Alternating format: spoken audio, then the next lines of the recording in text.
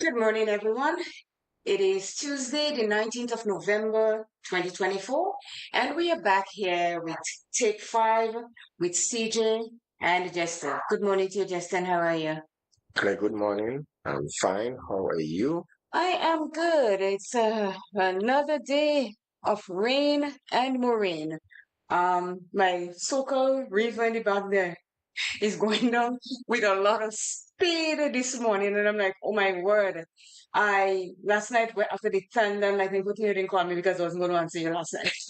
Why? Well, when the thunder and so go as it is already.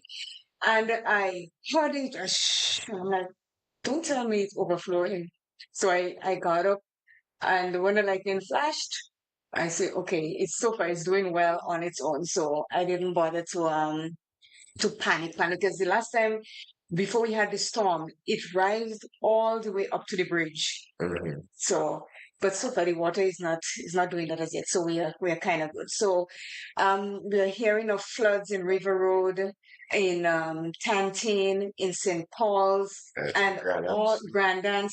I mean, I don't know if the soil the earth can hold anymore because it's really saturated now. And well, as a result, the authorities saw it fit to not to have school, so there is no Yes. school Yes, today. because Which I the think, little ones, they are inquisitive and they see water and they want to go close to the water, and that could be a detriment to everybody right now, physically and mentally. Clay, not just that. The thing is, last week Tuesday when I finish off here and finish with the program, Hmm. I made my way to the city, man, across the western side. Man. I know. That was one of the worst experience I ever had in my entire life with regards to rainfall and having, man. Hmm. Yeah, people said Actually, that one person told me they took half an hour from what do you call it, by the fire station to the tunnel. Not use carnage to the tunnel, and then they couldn't even get through the tunnel. They had to sort of go back and go around Belmont, and everybody had the same idea. So it because was tough. what happened because River Road was underwater, Hmm. they had to know the traffic inside of the city in town. Hmm. They had to send it up to St. John Street. Okay. Yeah. To exit that roundabout that you stay on that roundabout to go up Mm. St. Paul's and Okay. so it was a real mess. I reached back up there in the night.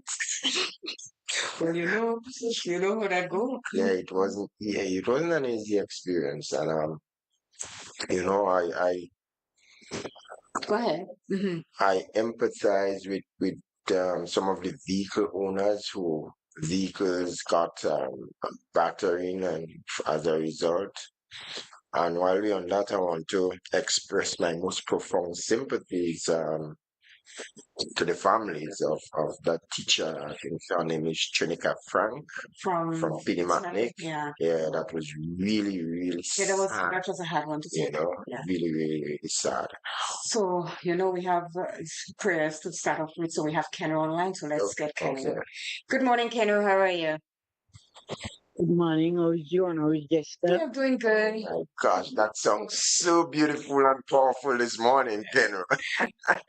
We're on point with that one this morning. So go ahead, please. Yes. This morning, Lord, I stretch my hands to thee, nor I help I know but only you. And if I don't you draw yourself from us this morning, Lord, I do shall we go. But I bring the country before you. Remember Grenada, Carrico, and Matnik. Father, remember Carrico in a back and special way. Father, you knows everything about them this hour, blessed Lord. Father God, this man, what could I tell you? Thank you for life. Thank you for health. Thank you for strength. I even thank you for those that cannot thank you, Lord. And even those that in the home that cannot say thank you, Lord. We thank you for each and every one of them this morning, blessed Lord. You are the rock in the world, Lord. You are the one who shall tell you in the time of storm. When I cry, you Lord, I said unto my prayer. From the end of the earth will I cry unto thee. Father, when my heart is overwhelmed, you lead us to the rock that is higher than high. The entire force I bring before you this morning, blessed Lord.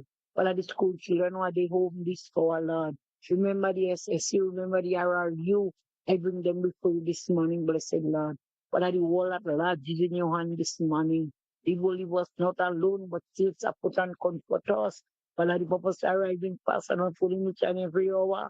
The body may have a bitter taste, but truth shall be the flower to the ending of it. Father God, remember the hospital. Remember the scared afflicted one. Those on the hospital bed. But I remember the bosses, remember the driver, conductor, the passenger. Father, the whole world is in your hand this morning. Lord, you make up each and every one of us. What could we tell you? Joy you cutting this morning. Give all the children a pick down. Father, some are sick and some are sad and some are lost the love they have. But this morning, blessed Lord, remember the going out and remember the coming out. Father God, remember those under the trampoline, blessed Lord. Guide them and protect them. Bless them if they will be sick, please. My God and my King. What could I tell you what you don't know about the children? Remember each and every one of them, the coast guard on the sea water, the fishermen, I did tell them to have a cat. My God and my King, you know their name. As we try to decide to say, our Father, which art in heaven, holy be thy name. Oh, thy will be done on earth as it is in heaven. Give us the day our daily bread. And forgive us our trespasses as we forgive those who trespass against us. And lead us not into temptation, but deliver us from all evil, for there is the kingdom, the power and the glory forever and ever. Amen and amen. Thank you, Lord. Thank you. Amen. Amen. So everything is good with you. You did not get flooded or anything, right? Oh, no, everything is okay. Thank Good. God Good to for hear that. that. Thank you. All right. So go listen to your program now. Cali people. Thank you. Bye-bye. Mornings. So Claire, I really do hope that from the experience of I would consider what happened last week Tuesday as a rainstorm and all this flooding. Tonight? Last night, I mean. Well, we haven't It's rainstorm, sincere. Yeah. you know. I just hope that the authorities are using it as a yardstick to do the measurements so as to help mitigate in an effective manner, you know, Mm-hmm. how to deal with all this flooding and thing. Yes, It's yes. just a serious thing because we're having climate change, which is so real. Mm-hmm. What we have is cases of extremity. So when it's sun, it's really hot sun. You know the humidity and the temperatures, right, up there. And when it's raining, it's severe. Yes. Serious. It's like from one extreme to the Yeah, next. and And you know that's the what thing about it, Jester? I see we are complaining people and we have to stop this. Because when it's hot, oh my gosh, it's hot and hot and yes, we know it's hot. We are living in a warm climate. It's hot tropical and the heat is all over. The countries. Sahara dust comes down and it's hot and we know that. When it rains, oh God, too much rain and thing. What is he going to do to really please us? We have to stop being these complaining people and say thank you for the small mercies that he grant to us because we could be in worse situations. There are people in Eritrea, in Ethiopia, in Africa that has no water. They're in, how you call it, farming. Yeah. And, they have to know where the next drip of water is coming from. I mean, I'm not saying that, yes, we like the one rain coming every day and so because sometimes you want to do stuff and you can't get it. But we have to accept what we have and know that we should give thanks and be grateful. Because right now, we are being an ungrateful people. We are. Yeah. So let me say good morning to everyone that checked in on live. It's a good morning to William's podcast. We are on live with him. We are also online with NOYZ 94.9 FM in the Big Apple, New York. Spice, good morning to you. I hope we're much more on point this morning with Spice. Yes. With regards to time. Yes, we are. We did that lapse this morning. Yeah. And William says, lovely frock and shirt. So I'm not wearing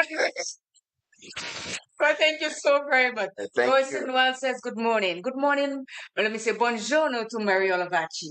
Mary are there in Toronto. Daphne Tate and family. Ali and Ethan and Olivia. Good morning to you. Good morning to Lorna Bain. Jenny Mason. Good morning. Good morning to my mother, my special mother, Ruth Ann Peacock and Pops. Hope everything is going well with you. And let me also say good morning to Faithlin Hallie Douglas, Bernadette Abraham. Coffee in the morning. Good morning to you. Hill Street people. Good morning. Good morning to NP. Good morning to Mary in Toronto, Lorna, Junior, other in the Grand Town. Did you get flooded? Let us know. Good morning to Alvin Harris in New York. Duchess, good morning to you. Donna Sandy, good morning to Mr. Nicholas Snag.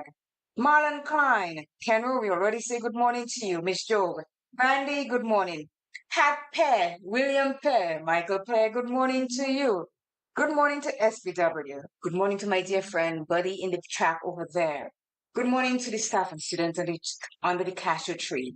Paula, Sharon, Mama B, good morning. And Bernard, good morning. Good morning to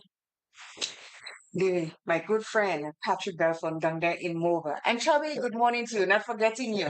Wendy Gittins, other in Toronto, good morning. And last but not least, let me say good morning to my friend Sharon St. John. She called me on Sunday. Haven't heard from her in a while. Sherry? Sherry, yes. Yeah, we spoke on Sunday, so I'd like to say good morning to her. She's listening all there in Maryland. Somewhere that name has Yes. not popped up. Yes. So I'd like to say good morning. I left people for you to say good morning to because I didn't want you to see all the people that go in jail. I take them. So say good morning to the jailbirds.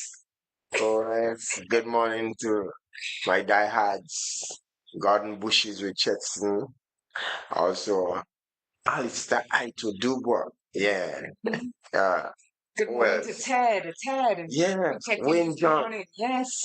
Yeah. And good morning to DJ Yellow. I know that you always listen to us. Good morning. And let me say good morning to my son. I call him boy son, so he know who he is. He always checking on me every Tuesday morning. We keep in touch with each other very often. Let me say a very special morning to Mrs. Celia Robinson. I will address her in a full capacity this morning. No, people cannot put them on I'm not putting my mouth at all. That's a mistake. It's due to her. Yeah. Good morning to the rest of the family. Oh, my boy, Cass. Hey, always Carrie, so she always see me and Mommy, look at you. Mommy, don't give it to you, yes. You're not afraid, eh? Like she afraid of you. Yes. One thing I love about her, and I always say that I can't stop saying, if she has to tell you right blue, she will tell you right. She's not getting people She appreciate people like that just so much, rather than they wouldn't tell you that and they will go and say it behind your back to someone else. That is what I love about Celia. That's right, girl. So yes. So Jester, we are not going to delay much this morning. We have a very interesting program coming up. It's called Understanding Mental Health Advocacy, Breaking Barriers and Building Support.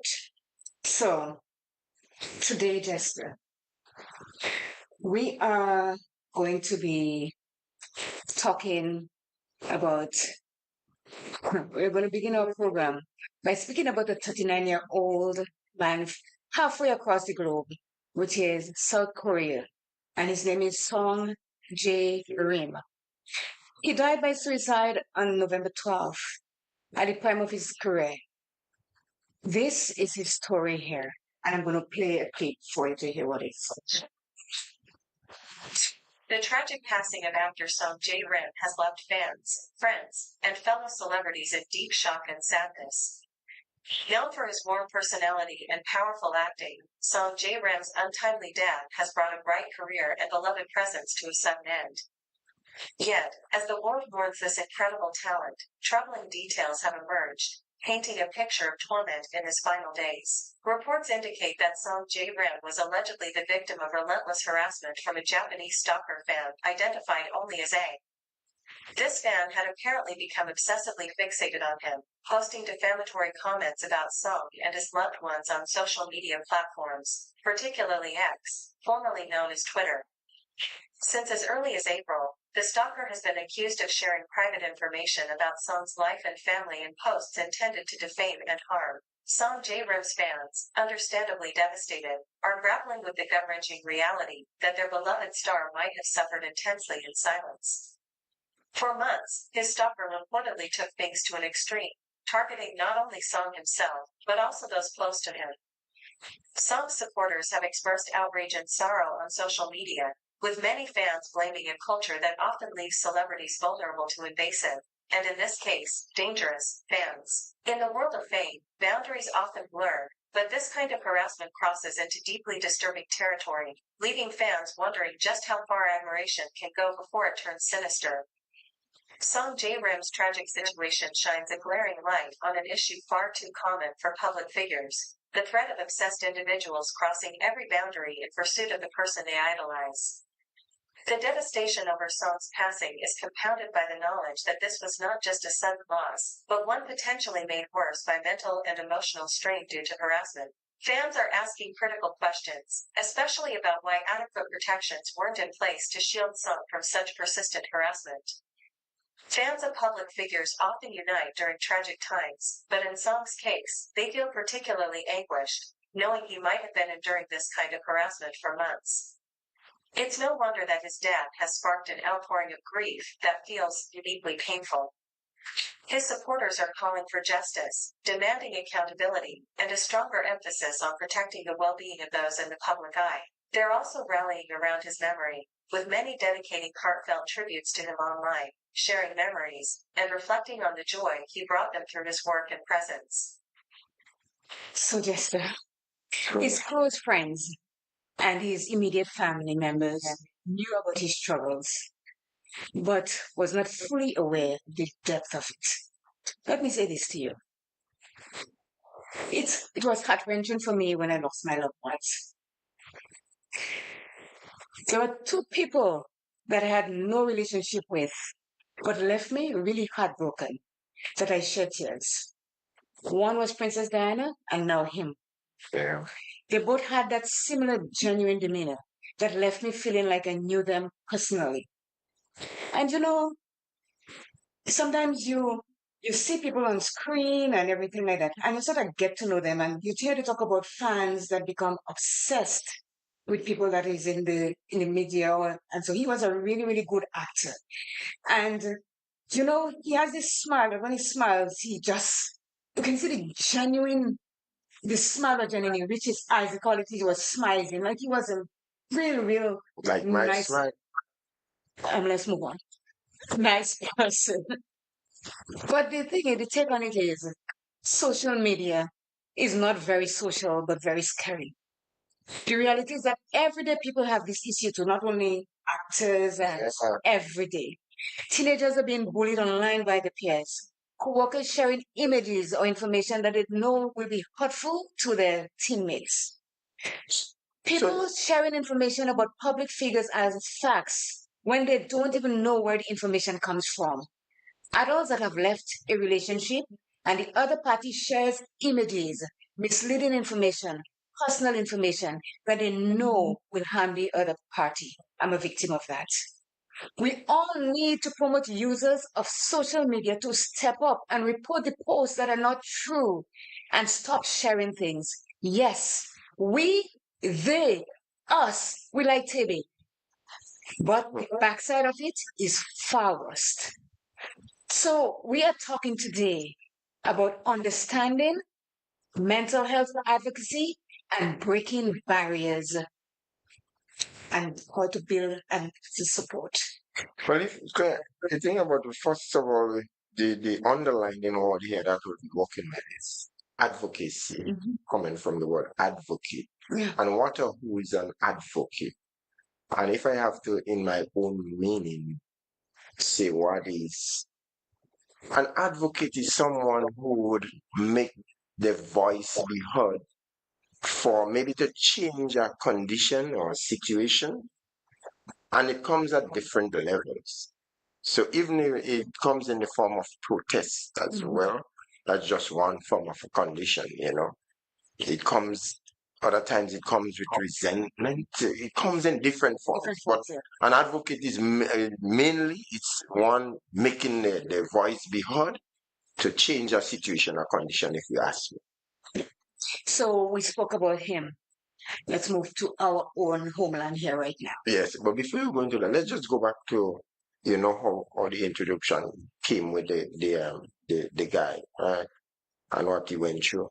I was following the BBC News, and I was talking to my son about it last night, because what happened sometime last year, there are a number of youths in some of the African countries, right? What they do is that, or what they did, they got a picture of a very beautiful young lady, all right? And they made contact with this 16-year-old guy, you know, and he thought he was corresponding with the young lady. And what he asked him to do was to he took pictures of his nude pictures and private parts and everything. And you know what? The intention of doing all that was to blackmail him for money. And you know the little guy took on that, and he actually killed himself. Yeah. This is just so. I mean, I felt when I saw his mother and father in television speaking, I mean, my heart just dropped as a result of that. So, maybe one genuinely, I say, listen, do not engage anybody on phone that you're not aware of. The many times you are talking to somebody and you realize it's somebody you do not know, just hang up your phone. Yes. Yes. You know, so parents out there, you need to be talking to your children about that. Very, very, very important. You know, we will try to give you good advice. We don't just come and just run a program here. Just, you know, it's important that for your well being of your loved ones, you know. Yeah. Yeah, so we have to say good morning to Chance again. Mary, he just checked in. Alvin Harris, Jenny Mason from New York. No, sorry, from Canada. My Jenny. And Faith and Holly Douglas checked in this Oh morning. yeah, Good the morning movie to star, you. man. Oh Yes, yeah, just checked in. the So as I Kalalo s- she's in yes, for you to run up the money. don't worry. I don't remember she said anything Faith and Harris she said from you know. I'm a girl. She told me it's like I don't understand fit window. It's like I have to wait and collect Kalalo for you. I am free. I'm so special. You know. Yes. So I said, let's get back to our homeland right here. Yeah. Says how many of us are struggling with issues that can lead to what this young man did? How do we advocate for change in our system? One death by suicide in our country is one too many. Mental health advocacy is a vital aspect of promoting awareness, understanding, and support for individuals facing mental health challenges. Mental health advocacy aims to break down stigmas surrounding mental illness, ensure access to necessary resources and treatment, and advocate for policies that prioritize mental well being.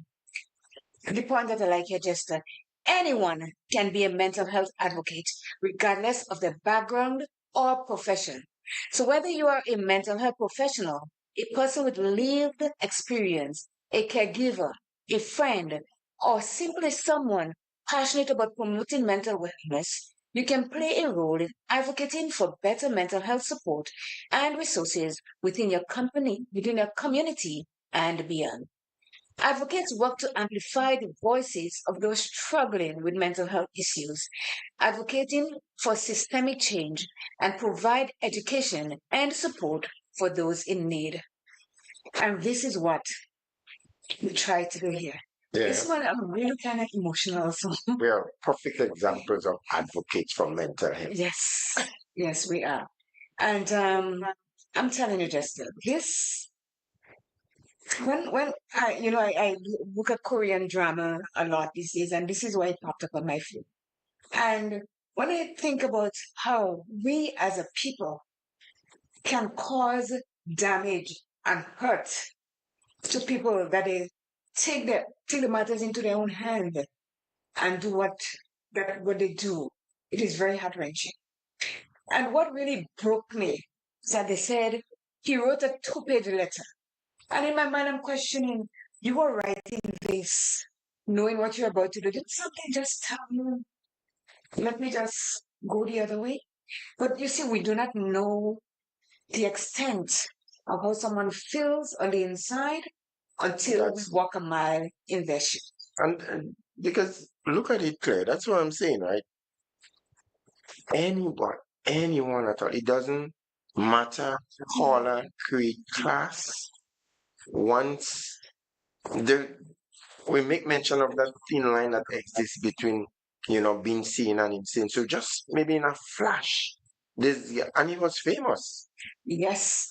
And Think about it. yes. And fame doesn't always make you happy, and money doesn't make you happy That's because it. if you do not And have look the at mental capacity to deal yeah, with what's coming at you. And in the country where they're in, they are under a lot of pressure to stay relevant.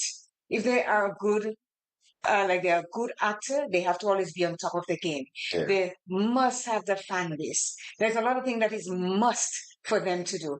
And when you have to go through that every day, it does take a psychological effect on you. And if you do not get the help that you need, you will break. Yeah, but that's really, really sad for that youngster. Mm-hmm.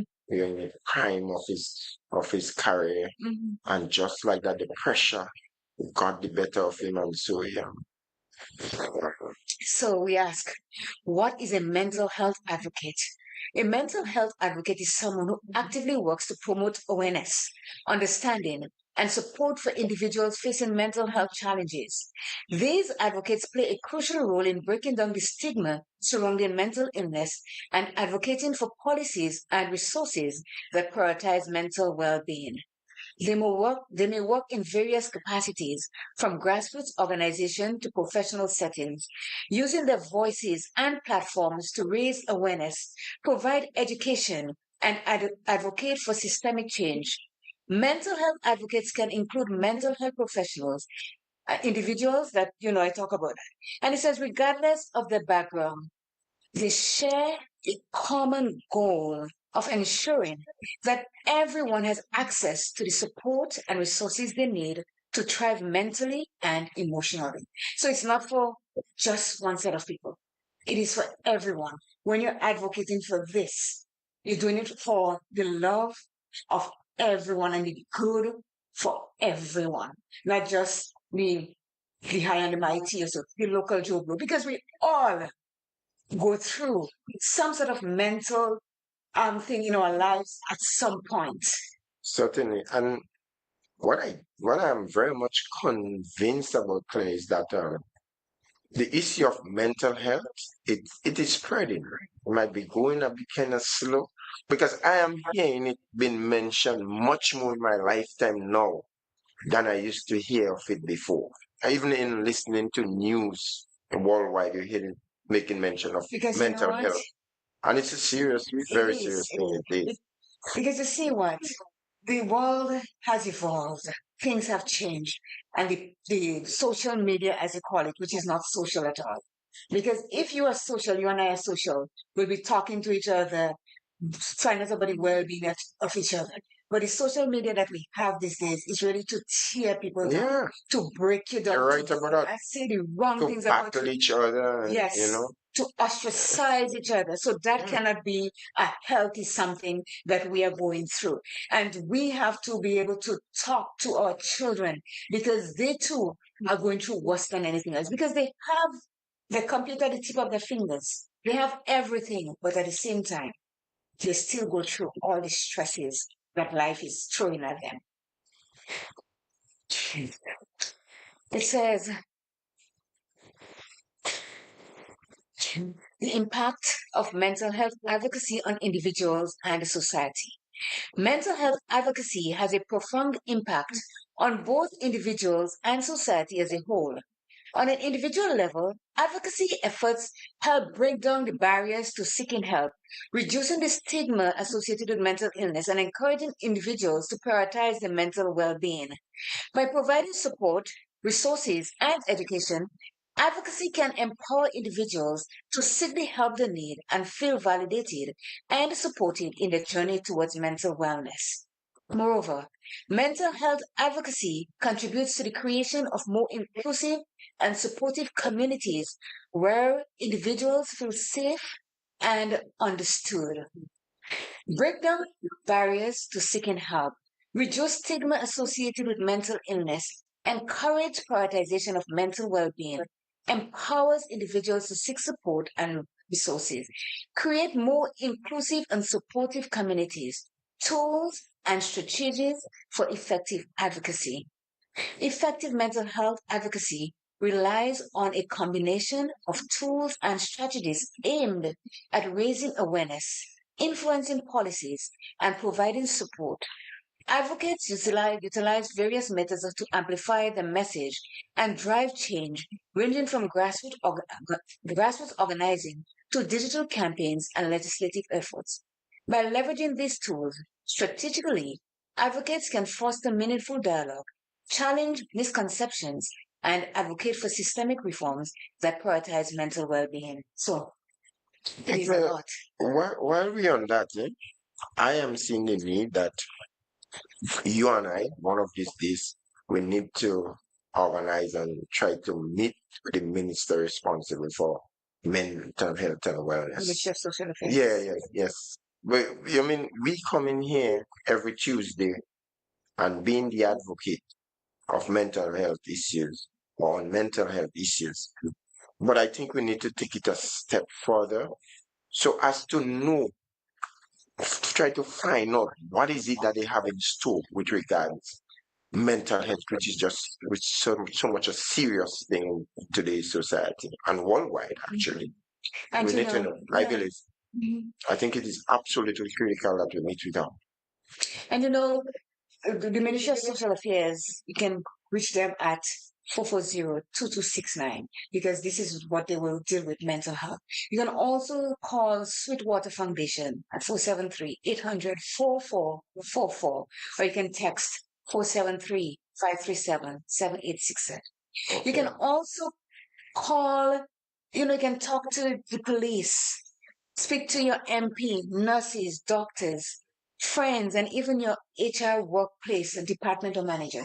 There are places that we can reach out to if we are going through some of these things that we are talking about this morning, because it is not something that just go away. And Jester, the majority of us that are going through this, we suffer in silence. Yeah. To you, to me, to a lot of people, we may look as though we are okay, but really and truly, we are not. You know, I was searching myself, and sometimes when we end up doing certain things in life, we click back and how did I really get here? And maybe it's really justified on my part, no, because I remember my mom, she wasn't always the person that, many people know her to be. It was because of real frustration and real, what I should say, nagging by a certain person that I knew that really would have frustrated my mother up to a point that she became that kind of flighty kind of person, and she was never the type that she was once at in her life. And it's sad. And look at her son today because of that. No, bringing me back to that realization that I'm doing what I'm doing. Things touch us in different ways and make us the product of who we are. Because some of us go through stress, we go through a lot of hardship in our life, but we came out on top because we tried to make ourselves better. We did not just let it kill us, as they say. As they say, what doesn't kill you, make you stronger. Good morning to SBW. Thank you so much for checking in. What can kill us makes us stronger. And sometimes, as you say, when you reflect, you could just get rid of everybody around you. I know personally, I have that wall. It is thicker than the wall that protects the gold in Fort Knox. And I let certain amount of people inside that wall. The rest stay out. No, because this is my protection. Because if I don't, maybe I might be able to end up like your mother. Yes. Well, maybe I put it in a different way. I say there are certain people that have to stay outside the gate, some that might be in the yard, some that could enter the veranda, and some that could enter the living room. Some not even enter the veranda. They could scale the wall, they just wouldn't do it. Because you see, just as we talked about, people are vicious. And when they're out to defame you in any way, to tear you down, there's no stopping them. And the funny thing is, a lot of us know what we are saying is not true, but they say it anyway because this is how they get to you. So this is why you have to put up your wall and say to yourself, I am not going to let anybody break my stride or steal my thunder. You be the person that you want to be positive and keep moving, keep striding along. to be a better person and to help those around you to make them better. Yes, that's true.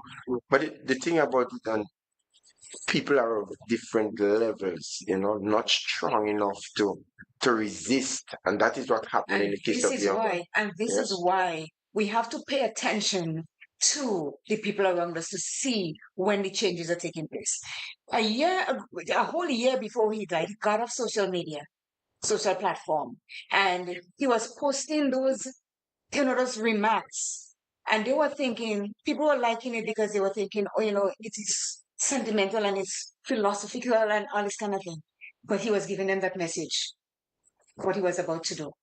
And as he died now, they realize this is what it is. Wow. Because I read, I listened to one where it says, life is very fleeting. Be good to the people around you and love the people around you because you never know when they're going to be gone. And that was a perfect message that he sent. He posted a lot of stuff in the days that he was coming down to do what he was about to do. So we as friends, family members, we have to start paying real attention to the people that we have in our lives to see the subtle, it may not come as a big change, say boom, we're just losing it. These subtle changes in that person to know that everything is not a-okay. Yes, that is so true. When you see a slight change in the not, or I should say, not in a normal pattern of behavior, then you need to start questioning yourself and maybe move immediately to try to see if we could seek help for that person. Yes, yes. Yeah. His friends knew, but they were talking to him, and so I don't know. I think what was really heartbreaking, a friend of his, he made an appointment for them to go out for lunch that same day. He did whatever. So the guy found him. Wow. So could you imagine that friend of his, how he felt when he went in there and saw his lifeless body just lying there? Oh, yeah. And it happens to each and every one of us. When you're not expecting, I expect to come and see you somewhere and I come and I meet you in that situation, that it's just gonna blow me, Yes. you know? It's gonna wreck me, and I'm telling you, this is not an easy program that I'm doing today. I am very, I realize or I realize what it would be like for you in particular. Well, even for me too, a while ago I spoke about my Mhm. mother's situation, and I know it's just so touching, but we have been consoled, her children. Mhm. We go around and you will hear people say, all June children are bright children. And they turn They out great. love to see how we turn out in life. Mhm. Yeah. So Yeah, let's take a quick commercial break and we shall be right back.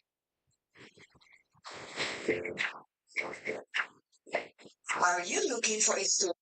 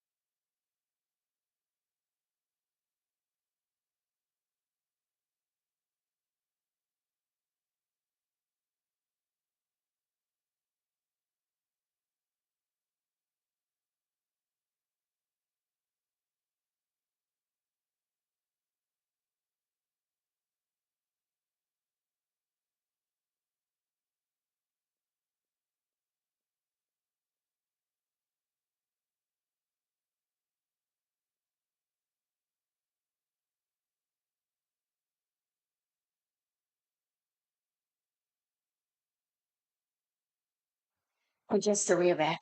Welcome back to our listeners and viewers of Take 5 with CG and Jester on the Mental Health Show Yeah. for yet another Tuesday, Claire, Yes. where you get your mental health therapy and you're Yes. also getting your mental health tonic. We're not hearing the ads as listen. I wonder what's going on. We had that fixed, but we'll see if we can get the thing to go ahead.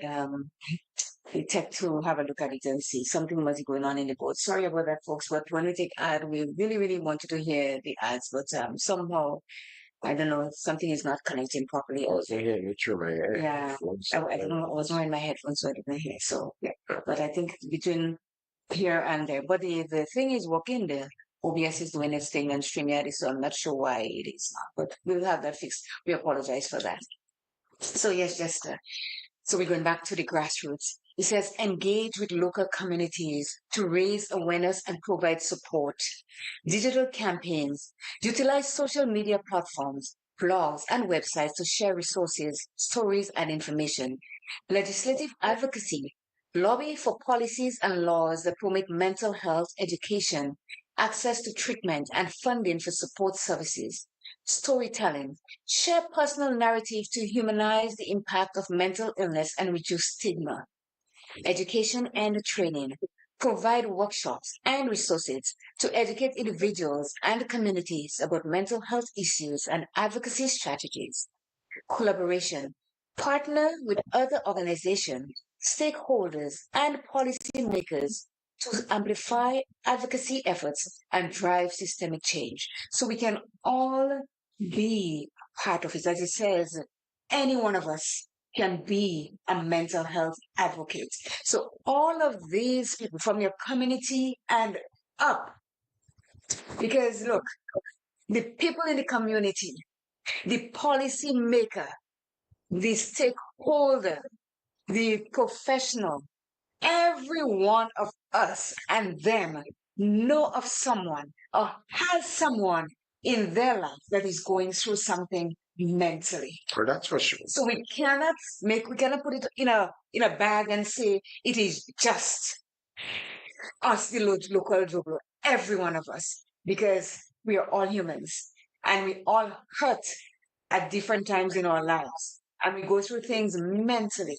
So by talking about it and by promoting it, we are going to make a difference in the lives of others and even in our own lives. And it affects all of us, one way or the other. All of us. One way or the other, it affects all of us at some point in time. I know the number you're listening, and this is a touchy one for me this morning that I see, but you can still call and make your contributions to the program. The number is 404-1189. And for those of you in North America and wherever you're listening to, it's 1473-404-1189. And you can get it straight or by WhatsApp. It is, as I say, I keep saying it's a touching thing for me this morning. And I it's my heart broke, to see it. And, not too long ago, we had a young lady. She was a lawyer that died by suicide also. Oh, yeah, in Writing Grenada. Writing Grenada. It says I remember. One death is one too many. Because even in the profession that they're in, they too are under stress. They go through the anxiety. They go through the pressures of life. And they feel that no one is there to help them. They have no support. But if you do not talk, no one will know. And if we do not pay attention to the people around us, we will never see the difference that is taking place with them suddenly. You may know that something is wrong with me, Jester, because I always laughing out loud and I'm doing all the crazy stuff that you know me to do. And if you start seeing that Claire is not doing, then check on me. I'm giving you that permission. Of course. Pull me up. Well, I will know if something is definitely wrong with who you are as a person. And if all of a sudden you just become just resolved, you're not as agile as you normally be. Anytime you hear music, you're ready to dance. I'm not seeing that anymore. All these are signs of, what the person was good at doing and then all of a sudden not doing it again. That alone should trigger something all is not well. So people, you got to pay attention to the people that are around you. Yes, that's for sure. And it comes up here again just as self-care. Prioritize self-care practices to sustain energy and resilience while advocating for mental health awareness and support. So even though you are doing that, you are advocating for the changes in the mental health is thing. You also have to put yourself in a situation where you can sustain whatever it is that is coming your way, because you cannot leave yourself open. You cannot leave yourself vulnerable to things that are coming at you. You have to be resilient. And resilience is a word. It is, we use it, a lot of people use it and stuff like that. But do we really know what it means to be resilient? Well, I want, some may know, man. A few would know well. Because we are dubbed in Grenada as resilient, as a Yes. resilient people. Because Resilience come from the word resisting. yes, Yeah. because we've Just been a matter through of resisting what is something. coming at you. Yeah. Yes. Yeah. And sometimes you need all the willpower you have to resist or to be resilient, because you went through Ivan, Emily, Beryl, COVID, all kinds of things. And Grenada was still able to rise above. And right now, we need resilience to the floods. And so that is good. Because a lot of people are losing everything that they have because of that flood that is Yeah. going on right A now. lot of people People are, stay home. yes, they lose a lot of stuff. So again, resilience has to pop up, but we still have to know how to prioritize ourselves, our mental well-being, because every one of us cannot go crazy at the same time. Yes, and I could only imagine. So, for example, Claire, I believe, let's take for example what went on. People, the cars went and got a battery, and I don't think the insurance, um, because I think they have some clause and something to do with the act of God, and I Yes, don't think yes. it might be, A lot of and people won't be that getting could be, any, yes. yeah, And that is a mental, and that could bring some real mental strain on a vehicle owner, just like that, right there and then, because your vehicle might sustain quite a number of damages, and and to you no know, fault all of have to hers. foot the bill for that to try to bring it back and thing, and it might be extremely difficult, and just like that, you start taking on things. So we're just trying to show you how easy it is for a normal functioning person within a flash of time, things could become so different for that person. We have a call coming through. Good morning. Hello, good morning. Good morning, Jen. How are you doing? I'm good. I'm good. Signing a little bit late this morning, and it's a really great topic. Go ahead, I'm listening. It's a really great topic. I mean, but what we have to realize, yes, people don't just wake up one morning and all of a sudden their mental state is gone, Sure. right? So we have to protect our mental health, right? Because there's so many things that we can do. It starts with us and it ends with us. And we just have to stop. I mean, I blame social media for a lot of things that's going on. And people have to realize that get off social media. We spend too much time on social media. So again, we have to protect our mental health. And what you said about, watching the person and just once you see something is off, then you kind of like keep an eye on them and, talk to them and hopefully they'll reach out to you and say, well, you know what, so is bothering me.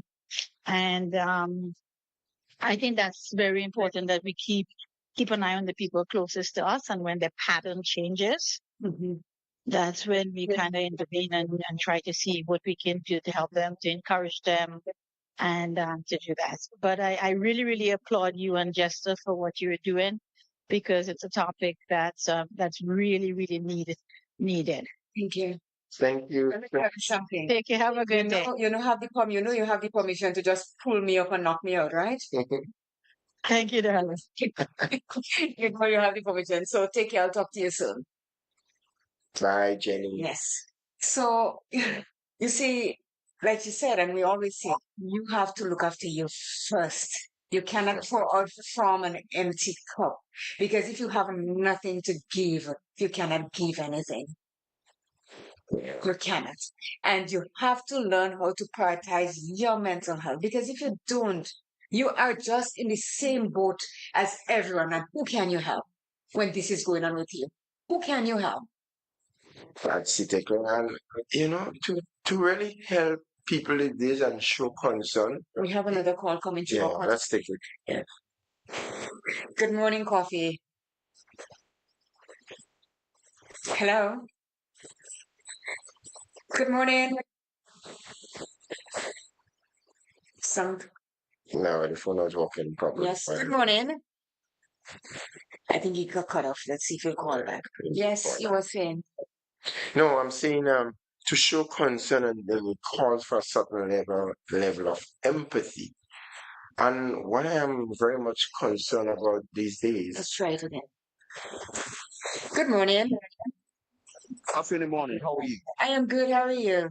Well, we wondering if that coffee wasn't smoking. Jester. Good morning to you, sir.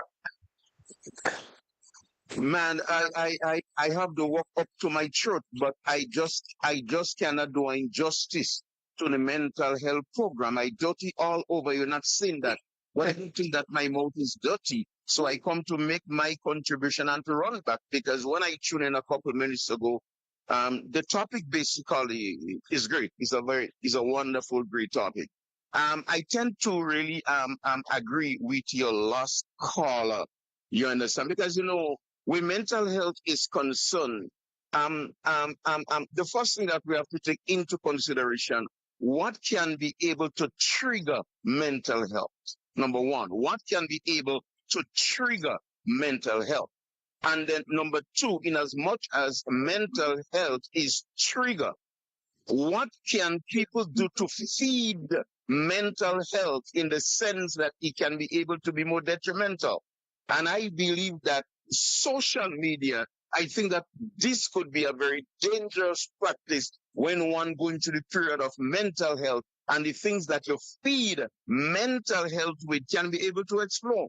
Because there are a lot of things on social media that are very detrimental in looking at. So Claire and CG, what can be able to for want of a better word, to trigger mental health?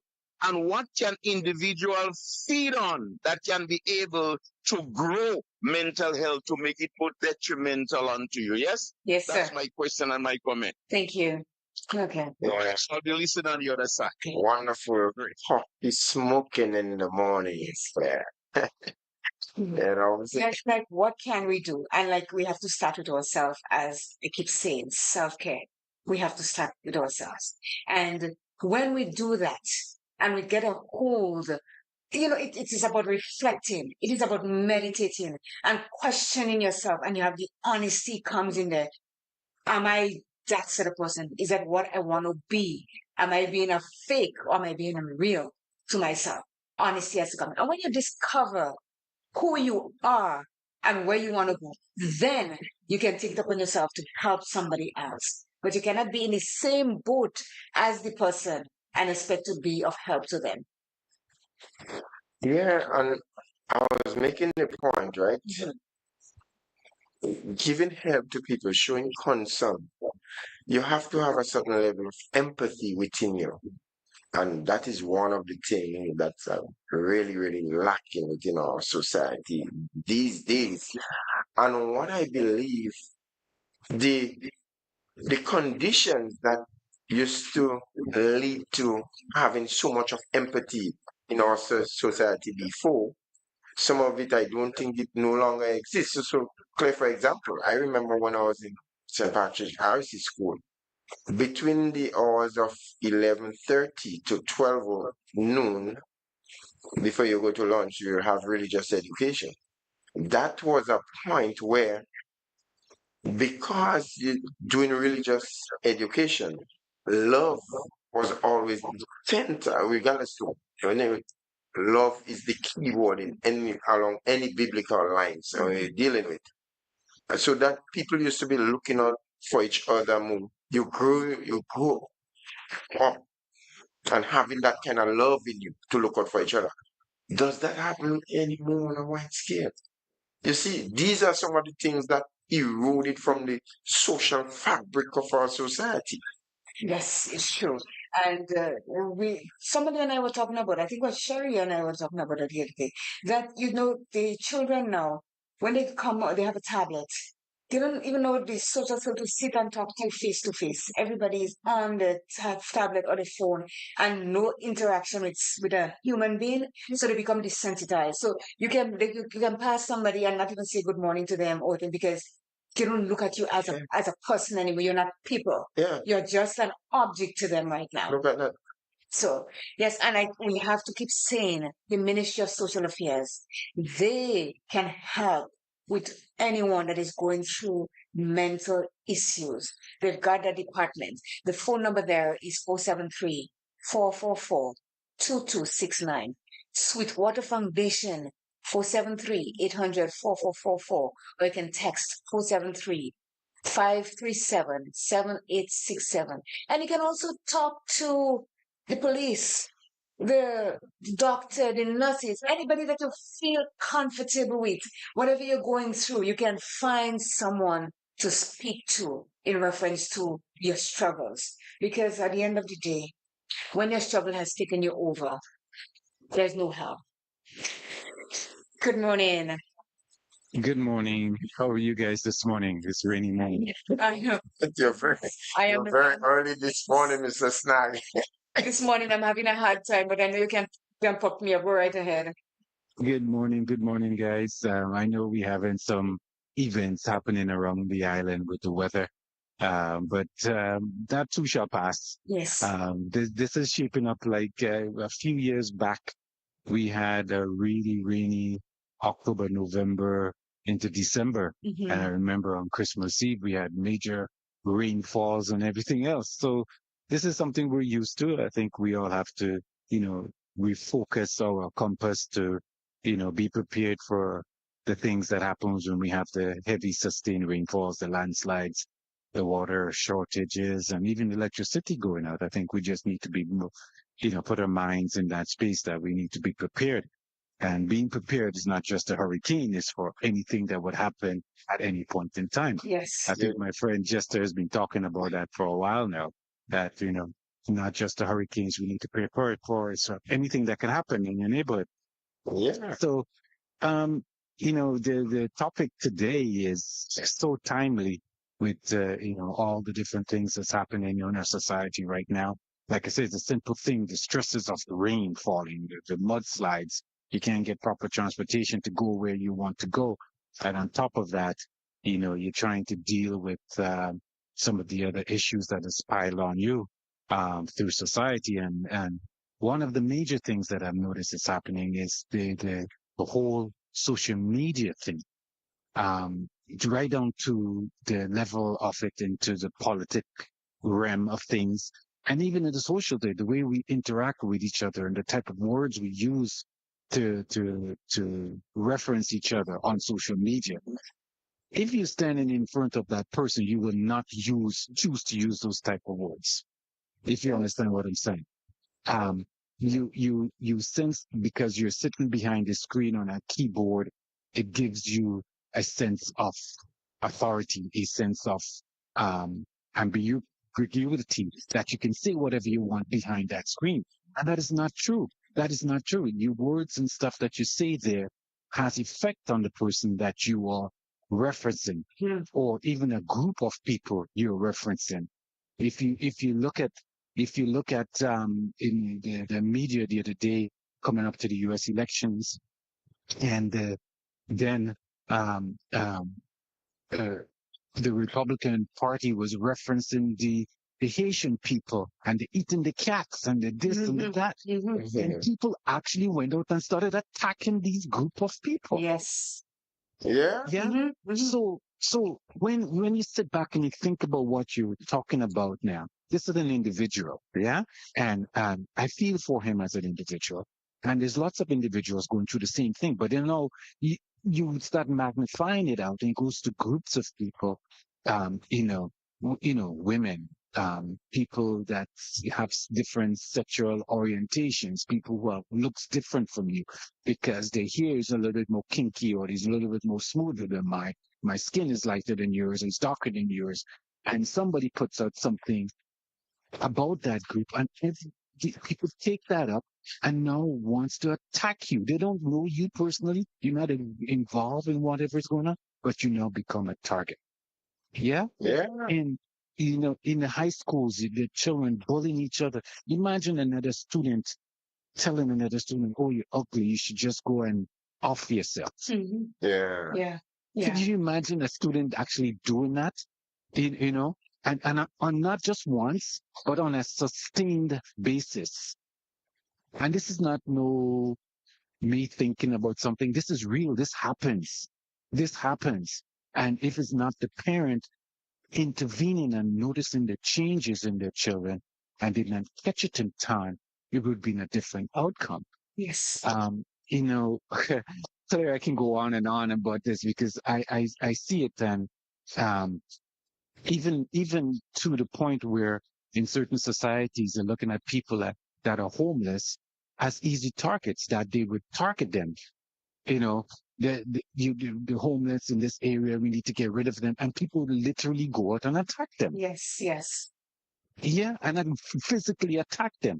So we have to be very cautious. And anybody who's out there and going through any of this thing, a student, a employee of an organization, somebody who's part of a group, somebody who's just hanging with the boys on the block, and they are actually sending you these messages, these images and stuff like that. Reach out to somebody, anyone, a neighbor, a friend, somebody, a stranger, that you sometimes you talk to a stranger because I'm not going to see him again, so Mhm. I can just spill my guts, if you understand, and that get it off your chest. Yes. And if that helps, do it. Relate to you a true story. Just during Ivan, sorry, not Ivan, Lord, I'm thinking of Is it hurricanes. Errol? The pandemic Oh. with the virus there. I Mhm. refuse to say its Oh, name. That's COVID-19? just You refuse to say the name. if I say the name, I'm going to give it legitimacy. Say, I refuse to say his name. A good friend of mine, she was walking on the beach and she passed this young man, and she says, "No, he doesn't look right." So she went. He just didn't sit right with her. So she turned back and walked back to him, and she just on her instinct walked straight up to him and give him a hug. Mm. She says, "What's going on with you? Are you okay?" And he just broke down right there and then with her, Wow. and just started relating to her all the issues with his relationship is falling apart. He doesn't have any work. He needs to feed his children and this and that and the other. And his thought was to just walk out into the bay Mm. and continue walking into the bay. And her taking the moment, just like Justice says, to intervene for those 2 minutes, save his life. Yeah, Yeah. preserved his life This is by touching, simply you know. intervening and talking to somebody just for those 2 minutes. And she went further than that. She kept following up with him to say, "Hey, what's going on?" Yeah, and actively sought employment for him so he can immediately alleviate that stress. Yeah, Mhm. but she went out of the way. So, but you are the individual helping that person may not be able to do that in your way of handling things, but at the same time, keep encouraging the person, keep going, keep going, keep going. I'm here for you. If you need to talk anytime, reach out to me. And this is what we need to do, Claire and Jester. We Yeah. need to be each other's brother and sister. Yes. Reach out to each other. Continue to do it. Even when you feel like you don't want to do it, do it.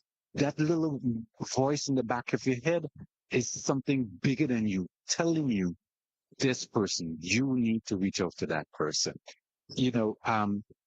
I heard yeah, when one of the Jamaican singer, Bounty Killer, said Mhm. something recently that really profound, Richard.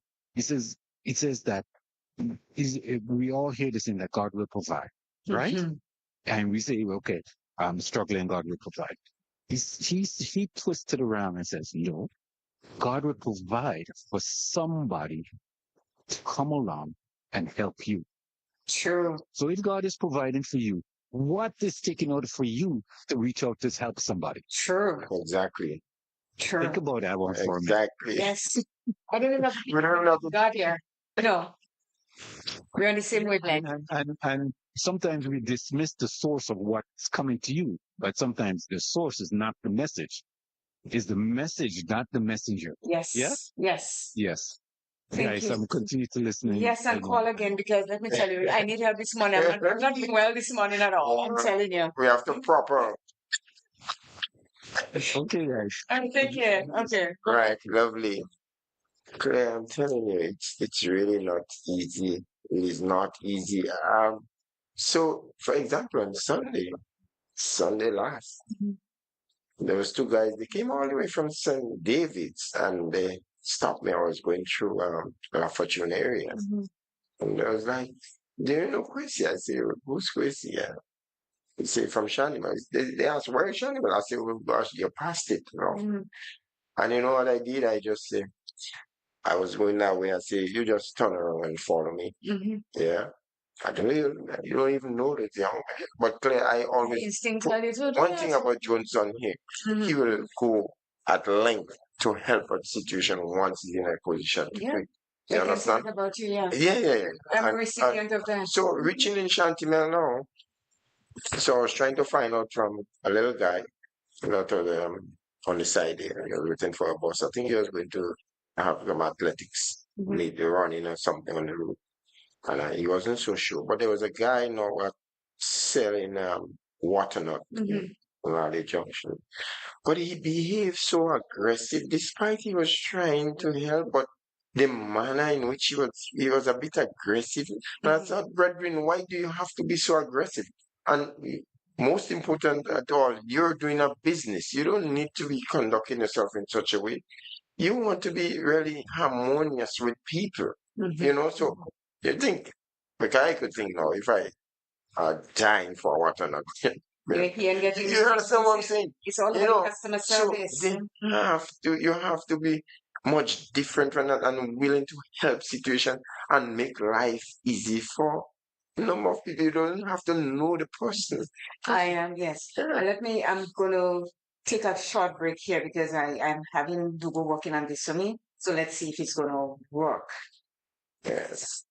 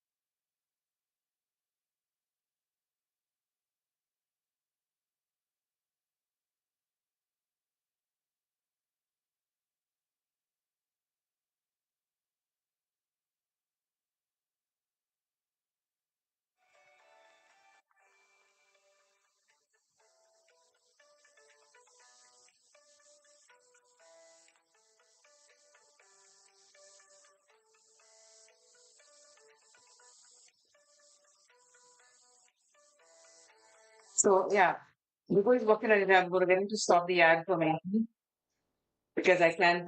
He's controlling my mouse at the moment. So let's see. Dugo, stop the ad, please, or pause it, whichever one you want to do. He's working on. I am okay. Let's see.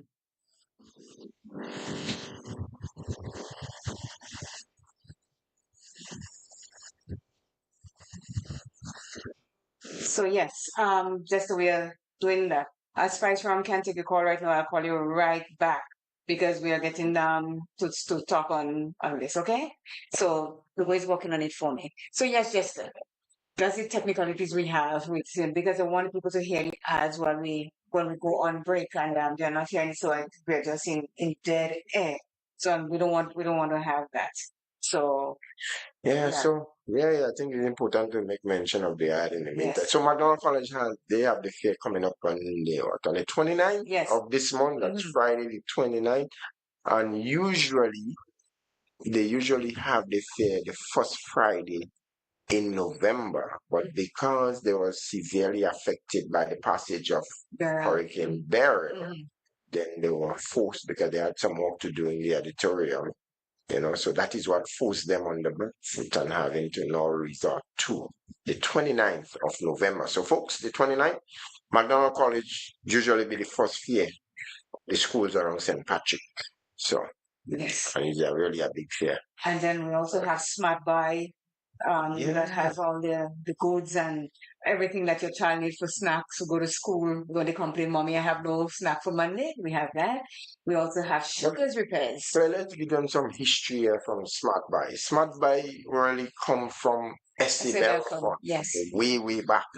I remember how the shop was designed before. It used to be this kind of round. Then at the counter there, Mr. Belfort behind it. Yes, Yeah, yes. Mr. Belfort. So the Smart Buy. So the guys in control now, that's Frederick and them, they have turned things around a little bit. So, which is really, really good. Sugar's Repair. Yeah. Sugar is so versatile in his work down there. But I tell you, I never realized Sugar doing advertisement. I realized that you do plastic welding, So you see how good it is to advertise. Yes. I never knew that before. And look, I'm right in the vicinity of Sundance on many days, Yeah. and not even self being aware, not until I heard the advertisement. So Sugar is doing a wonderful. So in fact, let me tell you about Sugar again. There are a number of people who do mechanic, but then they don't have the facility to press in certain ball joints and things. So a number of them, they still have to go to Sugar to get that service done. Yeah. But they still have to, even like if your engine head have been affected, like they have to go by Sugar to get it shaved. So he's doing a wonderful service. Sugar. He is. And we can't thank him enough because as you said, when we did the ad with him before, people came from different parts of Grenada to his service, and which is everything, like you said, is good to do ads. So yes. And the final one player we cannot forget, Cash Frenzy. $200,000. Breaking that barrier. The first cash bingo that will be in grade of $200,000 value. And that is a big thing. And that would be at the River Sally playing field coming the 1st of December, Sunday the 1st of December. Yeah. So one jackpot gave me $50,000. And then 2 mini jackpots of $20,000 each. And then the others would be, I guess they may have 10,000, 5,000, but I expect the people would be like sand in River Sally come that Sunday. Yes, they so want money. Get your tickets now. You can get your tickets checked with Shandy at Tipsy's Bar. That's down at the back of the mall in downtown Sauters. You can get your ticket. Buy one now. You may want two. Get one now. Coming closer to the date. Then you'll purchase another one. If you're accustomed having two bingo cards during a bingo game. Yeah? At least Little England. Oh, That has yes. Everything 220 to 240 volts. Little England, right now, once I want anything from the store, certain things, clothing wise or other little goodies, Little England is the place to check out. Yeah. And I only really realized that not so long ago. In the stock, the place is overstocked. I can tell people that you got to check out Little England. Yes. A lot of people just leave and go to Grenville and no. And it's quality stuff, right? Yeah. Quality stuff. Yeah. So let's go back to our thing. Okay, that was me doing a lot of self I jumped. Yeah, this girl is so coward. Okay. So yes, it says how to become a mental health advocate. Becoming a mental health advocate is a powerful way to break down stigma and create positive change. Here are some steps you can take to get involved. Educate yourself. Learn about mental health, which we are doing now. Build a solid understanding of common mental health conditions and available treatments. Resources from the National Alliance on Mental Illness. What does it mean to be a mental health advocate? Are a great place to start. Challenge stigma. Open conversations. Talk openly about mental health with friends, family, and colleagues. This normalizes conversations and reduces stigma. Correct misconceptions. When you hear negative or uninformed comments about mental health, politely correct them with accurate information. Support others. Be there for loved ones. If someone you know is struggling, offer a listening ear and non-judgmental support. Help them find professional help if needed. Volunteer. Mental health organizations often need volunteers for tasks like administrative support, running support groups, or fundraising. Get involved in advocacy. Join an advocacy group. There are many mental health advocacy groups like NAM-Noon or the JED Foundation. These groups offer opportunities to participate in events, lobbying efforts, and awareness campaigns. In Grenada, we have this Ministry of Social Affairs and Sweetwater. Contact legislators. Make your voice heard. Contact your elected officials to express your support for mental health funding and legislation. Spread awareness. Use social media, and that is in a good way, to share mental health resources and stories of hope and recovery. Lead by example. Take care of your own mental well being and be open about self care practices. This encourages others to prioritize their mental health. Self care. Again, Jester, leading by example and taking care of yourself. Because if you do not take care of yourself, where would you lead somebody to go? Self-care is a recurring decimal on this program. That's how I put it. Yes, it is. It is. It is. And again, the Ministry of Social Affairs, I have to keep saying that because we have an issue worldwide where mental health is a big thing. And we're spreading the word out there. The number is 440-2269. Call. If you cannot even fail once, try again because it's all about you being better later down the road. And if you know of someone that is struggling with mental health issues, do not walk away or give it a blind eye and say it's not my business. They should take care of themselves. Their business become your business because let me tell you, we are all a community, and when one succeed, all succeed. Of course, All I succeed. can't agree with you more. And also Sweetwater Foundation, 473-800-4444 or text 473-537-STOP or 7867. You know, you can share your ideas with different people advocating for the mental support. Speak to your MP because this is why you elected them so that they can give you a listening ear when you have issues. Okay, when we call upon or we make reference to these numbers you can get help from, I want to urge them, be confidential with people's issues and affairs. That is absolutely critical.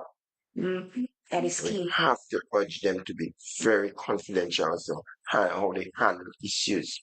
And you don't take it and just plaster it all over. Yeah.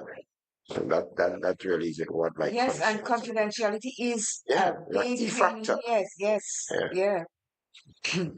So we don't even know if, people, okay, let me put it this way. People want to talk Jester, but at the Yeah. same time, they don't want to because they're That's not the next thing. sure Yeah. if it's going to stay where they left it. I can come to you and say, Jester, this is going on with me and walk away. You don't have to worry. No, but I may be laughing, but on a serious note, yeah.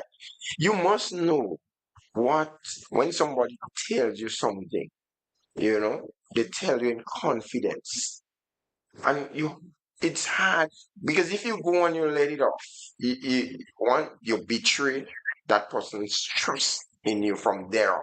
Mm-hmm. You understand? Mm-hmm. And apart from that, you have to know how to avoid conflicts and confusion. And I keep saying that is why me and Bush's today is that close. For what I know, we did already in growing up, Mm-hmm. and we did so long, you know, and never really speak our needs. Nobody else knows of it. You know what I'm saying? Yes. So, and that's the kind of confidence you're supposed to have when people. And that's the thing. No one wants when they when they vomit out what it is that they have inside them to you. And the next thing you hear this person saying it and that person and people watching you and you walk in and speak about you behind your back when you know you did not say it to anybody else but the person that you want to speak to. So confidentiality and trust. And you will never ever get that trust back again. No, trust is not Never. something. It's not a piece of board where you could No. nail up and just pull it back down and nail it. No, no. You don't walk like that. It's something that you build in something. Yeah. And if the person cannot trust you, then that's it. It doesn't make sense being friends with them or saying anything to them at all. So yes. So you can, as I said, talk to your MP. You can talk to a nurse, a doctor, police officers, friends, and even your workplace HR department, or you can speak to your managers. But as Jester says, when I come to talk to you, or Jester comes to talk to you, make it be confidential. Because if we wanted it to be out there, we're going to use a bullhorn and see what it is that we are going through. We're going to go and put it where? On social media so that everybody knows about it. But because you do not want the whole world to know, that is why you go to somebody professional. Because going back to the case that Mr. Snag made mention of, maybe that person would have wanted to speak to somebody, but probably he was reserved in doing so because he don't know, what sort of reaction he would have gotten. And it's because the lady took the approach to and go to him. She went to him and hugged him from there. And that is why he started opening up. Yeah. So now we got to remember, start small. You don't have to jump into major campaigns right away. Every action you take to raise awareness and reduce stigma contributes to positive change. Self-care is essential. Advocate work can be emotionally demanding. Make sure to prioritize your own well-being so you can be a strong advocate for others. By following these steps, you can become a powerful force of mental health advocacy and make a real difference in the life of others. Well, that speaks for itself. Yes, yes. I don't think that need any No explanation. Really, Yes. yeah. Qualities of a mental health advocate. Mental health advocates play a crucial role in creating a more supportive and understanding environment for mental well-being. Here are some key qualities that make a great mental health advocate. Empathy and compassion. A strong foundation for advocacy is the ability to understand and share the feelings of those experiencing mental health challenges. This fosters trust and allows you to connect with the need of the community. Your community, again, will play a big part in how you succeed or how you survive what you're going through. You see, I'm saying empathy. It's a key thing. Empathy and compassion. Yes, those two. Yeah. You have to have those because if somebody is going through a tough time and you say, "Oh, get over it. I've been through that and this is a no-no. No, You cannot do of this." course not. Because you can send that person deeper into whatever it is that they're going through. Be compassionate, empathize with that person. And even though you just have to sit there and listen for an hour and say nothing, this is showing the compassion. This is empathizing with them. Even though you have to hold their hand and just hold it and they want to break your fingers, you hold it, you just squeeze it. But this is how you do, then you have to say, because you have to show them that you really care, that you are there for them. And nothing beats somebody being there for you and you know that you can always count on that person, that when you have something to say, that you can call them and talk to them. Yes. And knowing that it stays there. That feels so Nothing beats that. Yeah, you can call up on somebody and that is so good. That is such a good feeling. Yes, Yeah. yes. In your times of feeling down, as you quite rightly say, most people at some point in time would have some form of depressing feeling, you know, Mhm. and it is so good when you can call somebody that is very close to you, very confidential to you, and relate on issues, and then if you realize you just start, the the radar just start climbing back up. Yes, yes. You know what I'm saying? Yes. Yeah. So passion and commitment is coming down. Mental health advocacy is a marathon, not a sprint. Effective advocates have a deep seated passion for improving mental health resources and a long term commitment to seeing change. Communication skills. Advocates need to convey information and messages to a variety of audiences effectively. This includes being a clear and concise writer, a confident public speaker, and an active listener. We just spoke about your listening. Yeah. Yes. Respectful and inclusive. Mental health conditions impact people from all, and let me stress, all walks of life.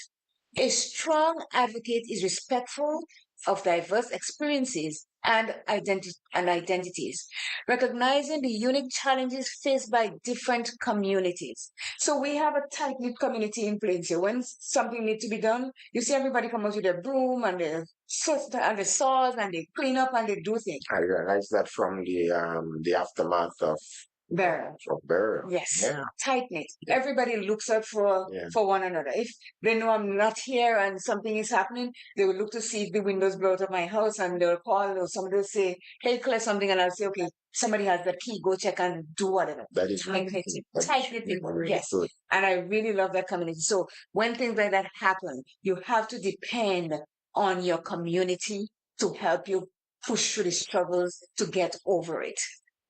Resilience and persistence. Advocacy work can be demanding and progress can feel slow. Effective advocates are persistent in the face of setbacks and maintain a positive outlook in the pursuit of their goals. But it's true, yeah, Claire, especially when you're just starting off. You will feel that you're going actually nowhere. Fast. Yeah. I'm going somewhere, but not fast. You're on a snail pace. Yeah. But it says it's not a marathon. It's not a sprint. It's a marathon. Yeah. You go the distance. And once you go the distance, you will be fine because at the end of it all, you know you did all that you can do to get there. So we have critical thinking and problem solving. Advocacy often involves navigating complex situations and proposing solutions. Strong advocates can analyze information, identify challenges, and develop effective strategies to address them. And again, analyzing things. You cannot just go and open your mouth and say whatever you want when you want, and the person is there and they're going through a hard time. You have to analyze what you're going to say before you open your mouth and blow hot air. Yeah. Because a lot of us are good like that. We just open your mouth and blow hot air come out, and you don't care how it affects me, how it affects the person that is sitting beside me. It's all you want to get what you have to say out. But because clear, in whatever situation that is confronting, right, or somebody, the approach, the approach is just so important. That's why, even when you might be going after a lady, because some ladies have been turned off just because sometimes how a man approach them. They don't have that kind of sort of approach, so as to hold that person's interest. You understand what I'm saying? So the approach in anything that you attempt is very, very, very important. Yes. Now we go to teamwork and collaboration. Change is rarely achieved alone. And we cannot make the vital change alone. We need help. It says collaboration with other advocates, organizations, and mental health professionals is essential. Effective advocates are team players who can build strong relationships and work towards shared goals. So it's all a relationship thing. You cannot do it alone. You alone cannot be in a relationship. There should be a partner. So if you do not have that, your chances of succeeding will be pretty slim because you're going against the grain. Yeah. But very smartly so, right? They on point with that. Collaboration is very, very important when you're dealing with mental health um, people or mental health issues. You understand? Because we all know how some mental challenge people are, and then they don't stay one place, right? So knowing of their challenges and situation, you could always consult with somebody else where they might move to our next community so they know as to how to deal with them. So collaboration must be a word as to how you make things comfortable for mentally challenged people.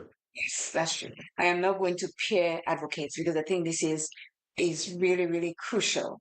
Peer advocates where your peers come at you and make you feel like scum of the earth. So we're going over, bypassing types and professionals. So peer advocates, individuals with lived experience of mental illness who use their personal journey to advocate for others. Peer advocates offer support, empathy, and understanding to those facing similar challenges, often through support groups, mentorship programs, or public speaking engagement. So now, you may have a set of them that cause you to be in a situation where you want to take your own life. And then you have these peers that have been through it. They've been there, done that. And they're going to use their experience to make you feel better, to give you the support that you need, the mentorship that you need, take you to programs that will help you to be a better person, or even to public speaking engagement. So they are, in that case, lifting you up from the gutter that you're in mentally. Yeah, I see where this is going. And who else is better than actually who had experience it? Yeah. Yes. Yeah. And this is what I like, because sometimes when we talk about your peers, most time peers really go in negative way because your peers will put peer pressure, peer this, peer that, and your peers that cause you to go and steal the thing and then they leave you in it and they go about the business and you're alone in it. But this peer here, this peer advocate is saying that, okay, I've been there.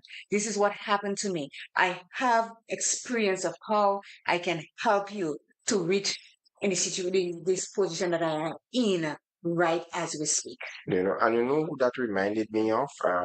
Master, do you remember Master? Yes, Derek yes. Labo? You know, after realizing that the alcoholic problem, he went in Carlton Home, and ever since he came out from the clinic, he never, ever put one drop of alcohol in his mouth.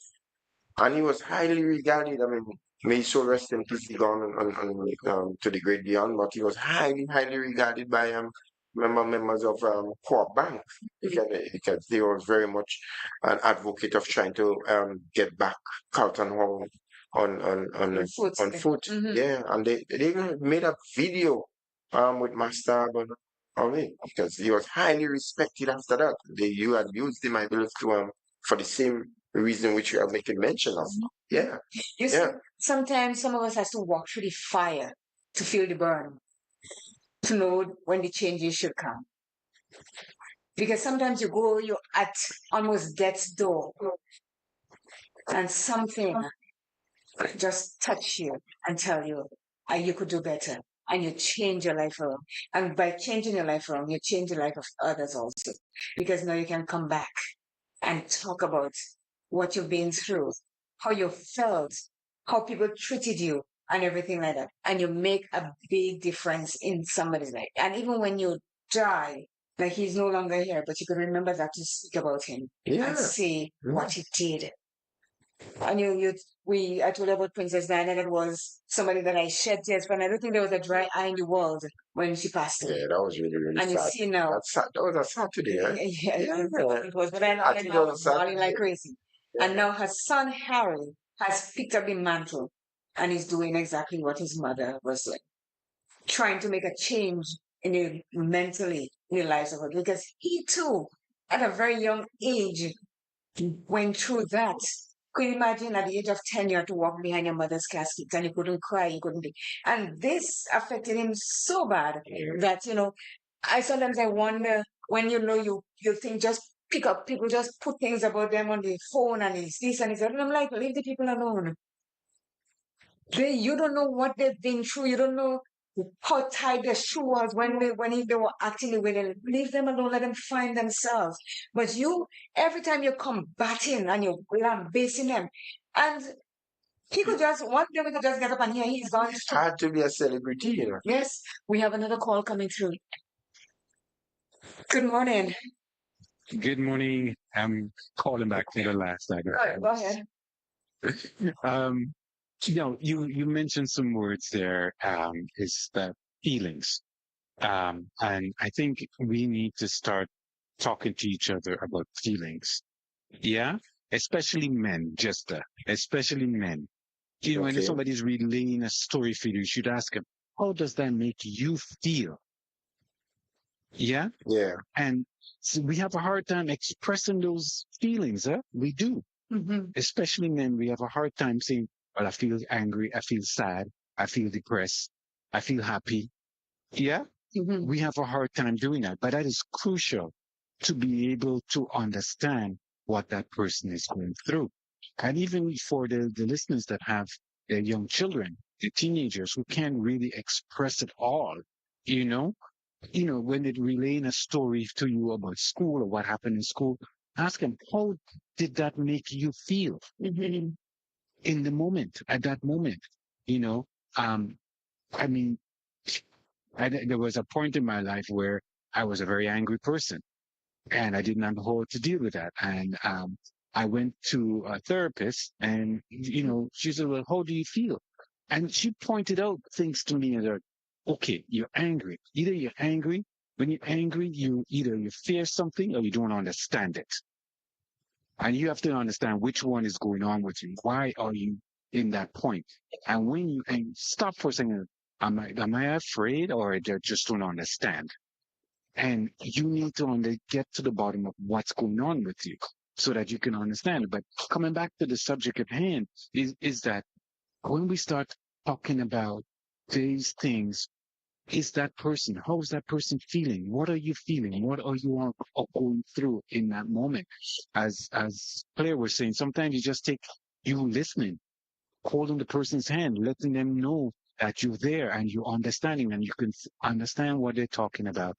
And you can show them some empathy that you're not laughing, you're not making fun, you're just there for them in that moment with whatever they're going through, you were just there. And that's all it is most times, It's just that somebody else is here and understands what I am going through and they're giving me feedback to say, I am here, I am present, and I understand what's happening with you. And it's just that little thing. Just that little thing. And just it goes back to the community, whereby people used to talk to each other. Remember in the evening times and late when the full moon, everybody's outside and they're talking and they're relaying stories and all of that. Yeah. You get a sense of who that person is, right? Yes. But now everybody has the screen in front of their faces. They're sitting at the dinner table and nobody's talking to each other. True. The kids are outside and the mom is sending them text messages, dinner is ready. Are you for real? Yeah.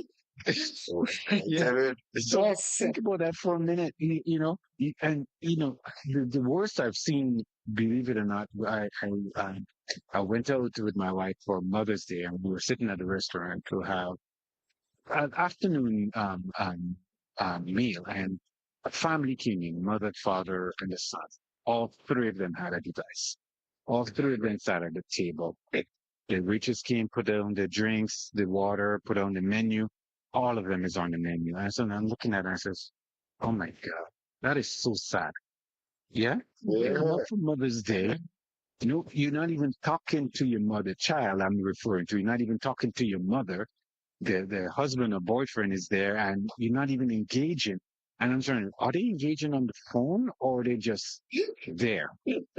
I was driving the last time and I literally had to stop, but slow down first of all, and actually come to a stop because the guy was on his phone and he just lost into the phone. I mean, this is amazing. You're no longer concerned about your safety on the road because you're into a phone so much. Mm-hmm. Exactly. Exactly. So just imagine that. You're not even concerned with your own safety. You're walking on the side of the road and you should be paying attention to what's coming at you, what's coming behind you, and you're not even there. You're not even in the moment. And that's what's happening. We're not in the moment any longer. Yeah? The device has taken over and completely control of us. And we have lost the art of communication. We have lost the art of being a community. We have lost the being able to communicate with each Yeah, other and interact. effectively. Yeah, Yeah, we think in communication, but Jester and Claire, communication It's is key. 90% non-verbal. Mm-hmm. You're not Mm-hmm. even honest hearing what's going on. But if Exactly. you're seeing that person and understanding that person, they're communicating way more by not talking at all. The body movements, the eyes movement, the head movements, you can understand. Hey, that person didn't understand a heck of what I just said. You see them and the eyes just roll yeah, up in the back of the head and I'm like, what is man talking about? Yeah. yeah, It's true. 90% of all communication is nonverbal. Yes. So if you cannot see the person, you do not know. You cannot understand what's going on with them. And that's what the device has done is cut off 90% of what you're trying to communicate. Yes. How is that effective? How is that any good for us? yeah, Yeah. yeah. So this is why I'm saying we really need to get back to the times, not get back to the time, get back to understanding to having effective face-to-face communications. Yeah. Yes. So we can Yes, understand each other on a completely different level. On the, I'm not saying all the technology is bad. There's very good elements of Yes. technology. Yes. However, for me, the pendulum has swung way too far. Mm-hmm. yes, Mm-hmm. and The it pendulum is needs to come affecting back to its families. simpler size. Yeah, the cohesiveness of families is affecting that very much. Yes, and we have the intergenerational thing happening where the people our age is just unclear saying, oh, the young people don't want to work and this and that and that. Mm-hmm. No, for me, from what I see, the young people are looking at things quite differently, Yes. quite differently. They're saying, okay, why should I come to your place and give you 8 hours of my life for this measly $25. return? For this measly return. Yes. Yeah. Mm-hmm. So if you hired me to move A to B and that's it, do not come and ask me to do C. And they would refuse. They would flatly refuse. They would quit. Yeah, Or they'll walk That out. would see. Yes. I'm They seeing it. Yeah. would. yeah, Mm-hmm. No, can you blame them? No, because this is what Can he you wanted blame to them? do. Exactly. This is the way they see it. Yeah. You hire me to do A and B, that's it. Don't ask me to do C and D. It is not part of what you hired me to do. And you're not compensating me for that. So therefore I'm not doing it.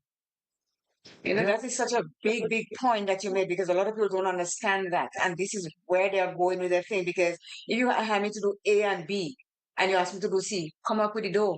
You got to pay me more.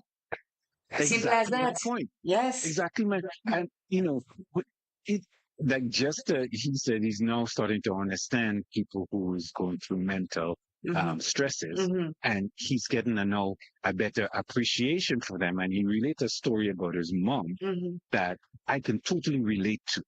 Yeah, yeah, because for me, for a while, why does my mother behave in that way? And for a while I could not reconcile that with her, her behavior.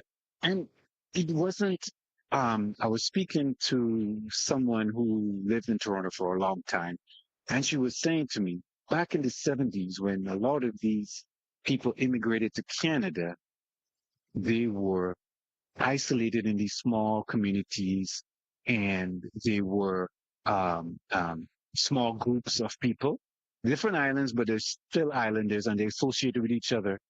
And Jester, the men outnumber the women. Mm. yeah, That's a first. Yes. And then it rapidly changed, yeah, when the women outnumbered the men. That's normal. So the whole dynamics of the existing relationships and the new relationship changed. Yeah. So you know what happened, right? Yes. The Yeah. bees gone to all the flowers, Mm-hmm. and all the flowers are fighting each other for the bees. Okay. Yeah. So then I start to realize, oh my God, that is what's going on. And that's the mental stress that she was going through. Yeah. Yeah. She has two children for this man. He has 3 children with 2 or 3 other women, and everybody's competing for the same resource. That could cause you to go mentally mad. You're trying to deal with all of that. Then you go to work and you find it's the same people. Imagine that. It's the same people. You go to socialize. It's the same people. You go to church. It's the same people. Yeah. There's no outlet for you. So all of that needs to go someplace. And unfortunately, sometimes it comes out at the children in the home. Well, blah, blah, blah, blah, blah, this and that and the other, and all these negative things. Why are you coming down with all of these things? No, I get it, Jester, just like you. I understand why the behavior was happening. Yeah. And it puts me in I look at her totally different today. Totally different today. Yeah. Yeah. Because have a better sense of who that individual, but that little piece of information I did not know of.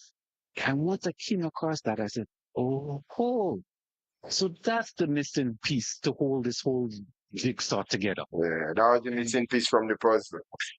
Exactly. So, like you people, anybody you see who's in stress or just reach out. Yeah. Yeah. How are you doing? Everything okay with you? And if they start to engage you, don't walk away.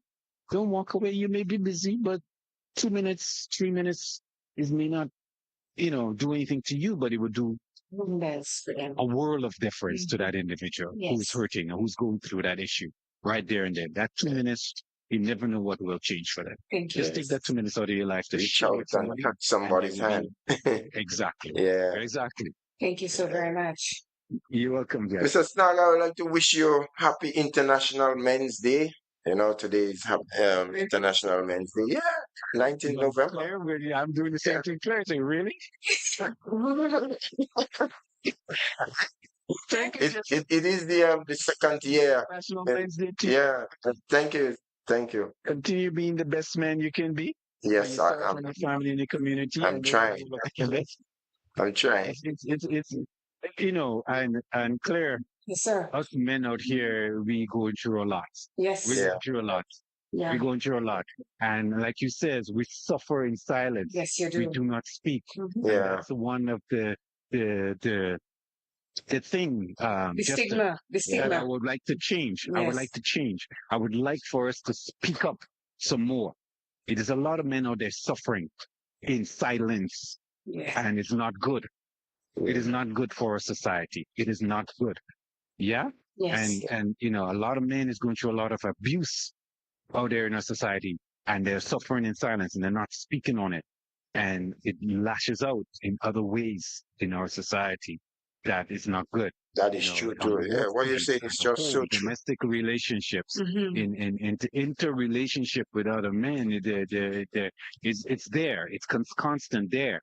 And I think we've seen a lot of men don't have friends; they have acquaintances. Oh, I know so and so. I know so and so. Oh, is that your friend now?